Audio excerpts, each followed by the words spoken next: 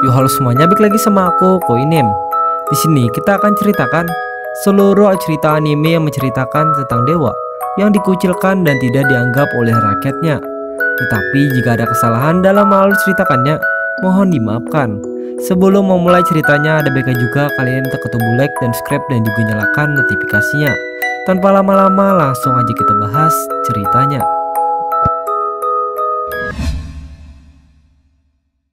Cerita dimulai dari tokoh utama yang merupakan seorang dewa, sekaligus putra mahkota kerajaan Xianli yang bernama Silian. Ia adalah orang yang sangat disayangi dan dicintai rakyat karena kebaikan hatinya. Dia juga memiliki kemampuan bela diri di atas rata-rata. Terbukti ketika Silian berhasil mengalahkan pasukan iblis yang menyerang kerajaannya. Karena berhasil mengalahkan pasukan iblis, Silian pun diangkat menjadi dewa di usianya yang masih muda. Setelah naik ke surga, tak lama dia diusir lalu turun ke dunia fana. Lalu 800 tahun kemudian, Silian naik ke surga untuk ketiga kalinya, yang kenaikannya menyebabkan ledakan yang sangat besar. Berbeda dengan di kerajaan Xianli, di surga dia tidak disukai dan dikucilkan oleh dewa-dewa lainnya. Kemudian, Silian disambut oleh Ling Wen, yang merupakan petugas surgawi. Setelah itu, Ling Wen menjelaskan mengenai kerusakan yang diakibatkan oleh guncangan karena kenaikan Xianli ke surga dan menyebabkan beberapa istana dewa hancur karena dia. Lalu karena itu Silian pun harus membayar semua kerugian dengan 8,88 juta pahala. Namun Silian yang tak memiliki penyembah bahkan tak bisa membayar itu, hanya turut kebingungan mendengarnya. Lalu Silian diberi tugas pertama untuk memperoleh pahala untuk membayar hutang itu dan mengadakan rapat dewa melalui telepati metrik untuk meminta bantuan. Namun tak ada satupun yang bersedia memberikan bantuan kepada Silian. Lalu setelah itu Silian pun turun ke dunia fana. Saat di perjalanan menuju Gunung Yuzunai, dia memutuskan untuk mampir untuk memesan secangkir teh. Tak lama kemudian Ling Wen menghubunginya melalui telepati untuk memberitahukan kabar baik, yaitu ada dua penjabat junior yang bersedia membantunya. Mereka bernama Nanping dan Puyao. Sebenarnya Nanping dan Puyao bekerja untuk Jenderal Nanyang dan Jenderal Quan Jin. Mereka membantu Silian tanpa diketahui oleh kedua jenderal itu. Mereka bersedia membantu Silian karena mengagumi kebaikan hati Silian. Tak lama kemudian, di saat mereka mengobrol, mereka melihat gerombolan orang-orang yang membawa tandu pengantin wanita yang ternyata isinya hanyalah boneka kayu untuk menipu dan menangkap iblis pengantin wanita. Mereka melakukan hal itu disebabkan kabarnya ada seorang penjabat yang tak terima akan kematian anaknya dan mengadakan sayembara untuk penangkapan iblis pengantin tersebut dengan imbalan hadiah yang sangat besar. Namun, ada wanita yang mencoba menghalangi gerombolan bandit tersebut karena menurutnya ini berbahaya. Ketua gerombolan bandit yang mengetahui akan hal itu langsung marah karena dia mengira wanita itu menghalanginya karena ingin mendapatkan hadiah juga. Lalu ketua gerombolan itu menginjak pakaian wanita tersebut hingga sobek. Karena tak tahan melihatnya, Silian pun memukul bandit itu. Ketua bandit itu kemudian marah dan tak terima dipukul. Lalu ketua bandit itu menyuruh anak buahnya untuk menangkap Silian. Nanfeng memukul tiang dengan sebelah tangannya, yang membuat pohon ikut tumbang akibat kuatnya pukulan itu. Melihat hal itu, para bandit ketakutan dan memilih untuk melarikan diri. Lalu tak lama setelah kejadian tadi, mereka pun menyusun rencana untuk menangkap iblis pengantin itu, karena ini ialah tugas pertama dia.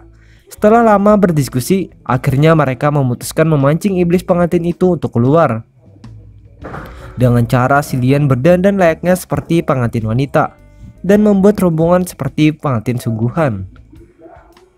Singkat cerita, saat malam tiba, saat mereka melakukan rencananya, tiba-tiba muncul mayat hidup yang menyerang rombongan mereka. Nanpeng dan Puyao pun bertarung dengan rombongan mayat hidup tersebut. Namun gerombolan mayat itu terus bermunculan tanpa henti, sehingga membuat Nanpeng dan Puyao kewalahan melawannya. Agar berhasil memancing iblis pengantin itu keluar, Silian memerintahkan mereka semua untuk kabur dan meninggalkannya sendirian. Lalu tak lama kemudian tiba-tiba muncullah sosok pria misterius yang membawanya ke suatu tempat. Saat Silian ingin menangkapnya, pria misterius itu pun menghilang dan berubah menjadi kupu-kupu perak Si Lian yang melihat kupu-kupu tersebut memutuskan mengikuti kupu-kupu perak tersebut yang menuntunnya ke kuil mingguan. Saat memasuki kuil tersebut, si Lian melihat 17 pengantin wanita yang hilang selama ini ada di kuil itu. Saat si Lian keluar dari kuil, dia bertemu dengan gerombolan bandit tadi. Si Lian menyuruh mereka agar tidak memasuki kuil tersebut, tetapi dihiraukan nih begitu saja oleh mereka. Mereka kemudian membawa semua jasad pengantin wanita yang masih utuh itu. Setelah beberapa saat terdengar teriakan dari gerombolan tersebut, karena jasad pengantin yang mereka bawa berubah menjadi mayat hidup dan menyerang mereka. Dengan cepat si Lian mengambil penutup kepala pengantin dan menaruhnya di atas kepala pengantin untuk menyegelnya. Selain itu, Nanpeng memutuskan kembali ke surga untuk meminta bantuan. Sementara itu, si Lian membuat lingkaran sihir dan menyuruh para gerombolan itu untuk masuk ke dalam lingkaran sihir itu. Namun ketua bandit itu tak menghiraukan perintahnya dan dia pun mati dibunuh oleh iblis pengantin. Lalu setelah itu, si Lian bertarung sengit dengan iblis pengantin.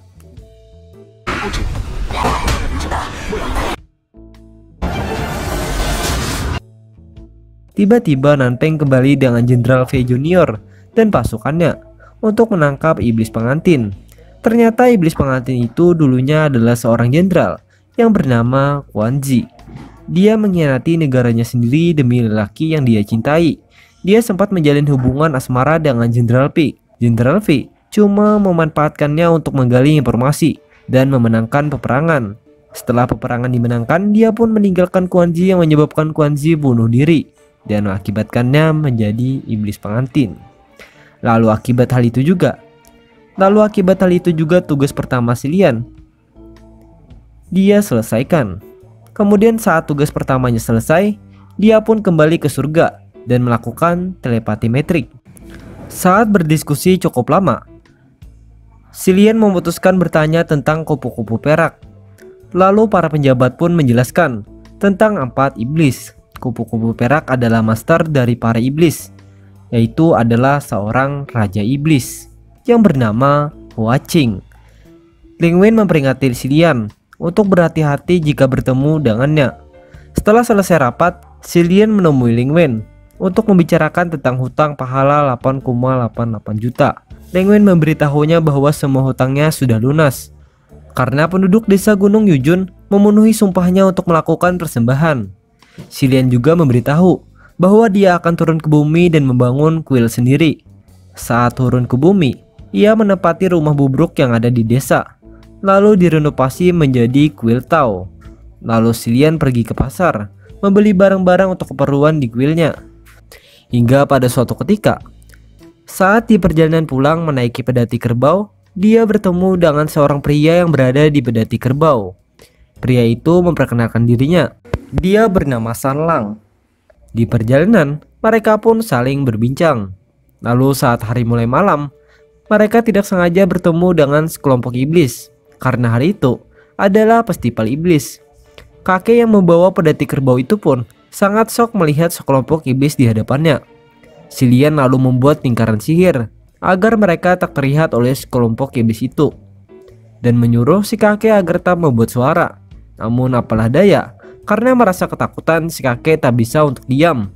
Dengan terpaksa si Lian membuatnya pingsan, lalu menggantikannya untuk membawa pedati kerbau itu. Namun usaha mereka sia-sia, karena pada akhirnya sekelompok iblis itu sadar dengan kehadiran mereka, lalu mengejar mereka. Saat sekelompok iblis itu ingin menangkap mereka, San Lang yang duduk di samping si Lian menatap mereka dengan tajam. Melihat itu, sekelompok iblis itu menjadi ketakutan lalu lari asrok-asrokan. Lalu setelah itu sesampainya mereka di depan kuil, si Lian kembali membangunkan kakek tersebut dan menyuruhnya untuk tidak menceritakan kejadian kemarin kepada penduduk desa yang lain. Selain hal tadi, sejak di perjalanan itu, si Lian dan San Lang menjadi teman akrab. Lalu si Lian menawarkan San Lang untuk bermalam di kuilnya. Karena sudah larut malam, San Lang pun menyetujuinya. Saat di dalam kuil, si Lian sempat bercerita kepada San Lang bahwa dia membangun kuil itu untuk putra mahkota kerajaan Xianli yang adalah dirinya sendiri dan berniat untuk melukisnya esok hari. Lalu pada keesokan harinya, saat si Lian terbangun dari tidurnya, ia mencari keberadaan Sanlang yang tak ada di sampingnya. Saat dia ingin keluar mencari Sanlang, dia melihat lukisan putra mahkota kerajaan Xianli yang sudah terpasang di dinding kuil itu. Dia pun melihat keluar kuil dan menemukan Sanlang yang berada di luar kuil itu. Lalu setelah itu beberapa penduduk desa datang ke kuil untuk menyembah Dewa Si Lian karena diberitahukan oleh si kaki tersebut tentang kejadian tadi malam. Kemudian mereka pun memasuki kuil dan bersujud di depan lukisan tersebut. Tak lama kemudian datanglah beberapa penduduk desa yang lain membawa seorang pria yang katanya sedang sekarat, lalu pingsan di depan kuil dan menyuruh Si Lian untuk merawatnya. Lalu karena kebaikan hatinya, Si Lian pun bersedia untuk merawatnya dan membawa pria tua itu ke kuil. Saat pria tua itu siuman dari pingsannya, dia bercerita bahwa dia baru saja datang dari jalan bulan sabit. Dia juga menceritakan tentang Tahu Jahat. Pria tua itu meraih pakaian Si Lian dan menggenggamnya. Sanlang yang melihat hal itu memukul meja dengan telapak tangannya, yang membuat pria tua itu terdiam dan melepaskan genggaman tersebut. Si Lian pun memberikannya air minum, tetapi pria tua itu pura-pura meminumnya. Lalu akibat hal itu Si Lian pun curiga dia bukan manusia melainkan boneka. Dan benar saja, pria tua itu mencoba untuk menyerang Si Lian. Dengan cepat Si Lian menghindari serangan tersebut. Saat boneka itu ingin melarikan diri, Sanlang melempar sumpit tepat di kaki boneka itu, dan tubuhnya pun menjadi mengempes. Singkat cerita, karena kejadian semua hal tadi, Si Lian pun memutuskan ingin pergi ke jalan bulan sabit. Selain itu, dia pergi bersama Sanlang, Nanfeng, dan Puyao. Setelah berjalan semalaman, mereka tidak sengaja menemukan sebuah gubuk. Karena sudah kelelahan, mereka memutuskan untuk istirahat sebentar. Saat di dalam gubuk, terlihat dari luar jendela cuaca yang sepertinya akan badai pasir. Lalu Si Lian melihat dua wanita misterius berlari di tengah gurun pasir tersebut. Si Lian yang melihat dua wanita tersebut langsung memutuskan mengejarnya, karena Si Lian mengira wanita itu adalah Tahu Jahat. Saat mengejarnya, tiba-tiba cuacanya semakin memburuk dan berangin akibat sihir dari wanita tersebut. Kemudian saat cuaca semakin berangin dan berpasir, tiba-tiba ada sebuah kejadian yang membuat Si Lian menjadi dibawa oleh angin topan di gurun tersebut. Di dalam angin topan itu, Si Lian menyuruh kain putihnya untuk menggapai sesuatu yang keras agar bisa keluar dari topan tersebut. Namun kain itu malah menyeret Sanlang ke angin topan. Lalu Si Lian mencoba untuk kedua kalinya, menyuruh kain putihnya itu untuk menggapai sesuatu, dan yang diseretnya kali ini adalah Nanfeng dan Puyao. Lalu sekali lagi Si Lian mencoba untuk menyuruh kain putihnya menggapai sesuatu, dan kainnya putih tersebut berhasil mengikat sebuah gunung. Setelah berhasil keluar dari angin topan tersebut, Si Lian bersama dengan yang lain memasuki sebuah gua yang dimana di dalam guanya ada beberapa orang yang ternyata para pedagang yang berlindung dari badai juga. Tak lama setelah itu, ada banyak ular yang muncul dari dalam gua dan menggigit salah satu dari orang itu. Tak hanya itu, Si Lian juga tertusuk oleh ekor ular tersebut. Sanlang pun menghisap bisa ular berekor kalajengking yang ada di tangan Si Lian. Walaupun Si Lian sudah melarangnya, karena bisa dari ular tersebut berbahaya. Di saat situasi sedang begini, para pedagang itu memohon kepada Si Lian untuk jangan meninggalkan mereka. Selain itu, mereka juga memohon untuk menyembuhkan salah satu dari rekan mereka. Lalu akibat hal itu, Si Lian pun berniat mencari penawar bisa tersebut, yaitu akar bulan sabit yang berada di kerajaan Kono, dan menyuruh orang-orang itu untuk menunggunya. Si Lian meminta Azhao yang merupakan salah satu dari pedagang itu untuk memandunya. Si Lian pun pergi bersama dengan Azhao, Sanlang, dan Nanfeng. Si Lian juga menyuruh Puyao untuk tetap tinggal bersama dengan para pedagang lainnya. Setelah cukup lama mereka melakukan perjalanan, mereka akhirnya sampai di tempat tersebut. Sesampainya di kerajaan bulan sabit, Sanlang memutuskan memetikkan akar bulan sabit itu untuk mengobati bekas gigitan ular di tangan Si Lian. Lalu saat Si Lian sedang sendirian Untuk mencari akar bulan sabit itu, dia bertemu dengan anak kecil bernama Tianxing yang bagian dari para pedagang tadi, dengan pedagang yang lainnya juga, yang ternyata gerombolan pedagang tadi diam-diam mengikuti mereka. Tak lama kemudian datanglah pasukan Ban Yui, yaitu adalah seorang penjaga tempat tersebut. Karena mengira mereka adalah musuh, pasukan Ban Yui lalu mengumpulkan mereka di dekat lubang dan berniat untuk menjatuhkan mereka ke lubang pendosa. Kemo yang merupakan pemimpin pasukan Ban Yui itu juga sempat ingin melemparkan Tianxing ke dalam lubang, namun si Lian menghalanginya. Singkat cerita, Sanlang melompat sendiri ke lubang itu. Si Lian yang mengetahui akan hal itu berusaha menyelamatkannya menggunakan kain putih milik dia, namun tak bisa. Akhirnya dia memilih untuk melompat juga, tapi ditangkap oleh Kemo. Lalu kemudian si Lian pun memutuskan untuk menarik Kemo juga untuk jatuh bersamanya ke lubang itu. Lalu akibatnya mereka pun jatuh ke dalam lubang tersebut. Lalu saat terjatuh ke dalam dasar lubang itu, tiba-tiba Sanlang menangkapnya. Lalu sambil menggendong si Lian, Sanlang langsung bertarung menggunakan belati miliknya dengan Kemo. Tak lama setelah itu datang Tao Jahat. Melihat itu, Kemo langsung menghajar si Tao Jahat tersebut tanpa ampun, karena telah berkhianat pada kerajaan yang dia ikuti waktu dulu. Si Tao Jahat tidak melawan sama sekali karena rasa bersalahnya terhadap Kemo yang begitu dalam. Saat Kemo mencekik Tao Jahat itu, si Lian mencoba untuk menghentikan kelakuan si Kemo. Di saat si Lian berusaha menghentikannya, tiba-tiba si Lian sangat terkejut bahwa si Tao Jahat itu adalah seorang anak yang dulunya selalu mengikuti si Lian dan diasuh oleh si Lian. Dia bernama Ban Yui. Ban Yui memanggil si Lian dengan panggilan Jenderal Hua. Lalu kemudian Puyao pun membuat Kemo pingsan, lalu meminta penjelasan dengan apa yang telah terjadi sebelumnya. Si Lian pun memutuskan mulai menceritakannya. Lalu setelah itu, tiba-tiba banyak ular berdatangan dan berjatuhan dari atas lubang tersebut tanpa habis. Sanlang memberikan payung kepada si Lian untuk melindunginya dari ular berikor kalajengking tersebut. Si Lian sempat khawatir dengan Puyao, namun Sanlang meyakinkan si Lian bahwa Puyao bisa bertahan sendiri. Selain itu, mereka menyadari ada satu orang lagi di dalam lubang itu, yang ternyata dialah orang yang mengendalikan ular-ular itu. Dia adalah Zhao, salah satu dari pedagang itu. Nama aslinya adalah Xiao Fei. Ternyata dia adalah teman masa kecilnya Ban Yui yang selalu mendukungnya dan selalu ada untuk Ban Yui. Setelah itu ada suara wanita dari atas lubang tersebut. Lalu angin topan membawa mereka semua ke atas lubang. Dan ternyata dua wanita misterius yang mereka lihat di jalan bulan sabit itu adalah petugas surgawi yang ingin membawa Kemo dan Xiao Fei ke atas bersama mereka.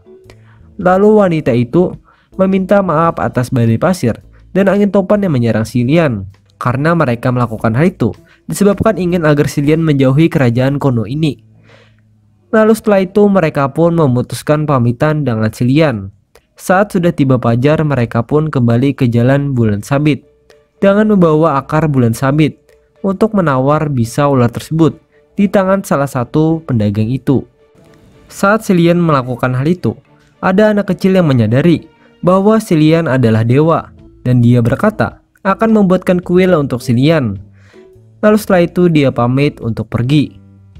Karena Puyao sudah naik lebih dahulu, sekarang hanya ada Nanping, si Lian, dan Sanlang yang ada. Lalu si Lian mengajaknya tinggal untuk makan malam bersama, dan si Lian yang memasaknya sebagai hadiah untuk mereka. Mendengar hal itu, dia pun membuat alasan ada keadaan darurat yang mendesak, lalu berlari dengan kencang. Sekarang hanya tersisa Sanlang dan si Lian. Lalu si Lian mengajaknya untuk makan malam bersamanya. Si Lian pun juga memanggil Sanlang dengan panggilan Hua Chen. Apakah kalian lupa dengan Hua Chen? Ia adalah seorang raja iblis tingkat atas dan seorang iblis yang membawa si Lian ke dalam hutan pada saat misi pertamanya. Karena si Lian akhirnya menyadari ternyata iblis yang dia tanyakan selama ini ternyata adalah Sanlang. Mendengar akan hal itu, Sanlang pun tersenyum lalu memberitahu kepada si Lian bahwa dia lebih suka jika dipanggil dengan panggilan Sanlang. Lalu setelah itu, ceritanya pun selesai.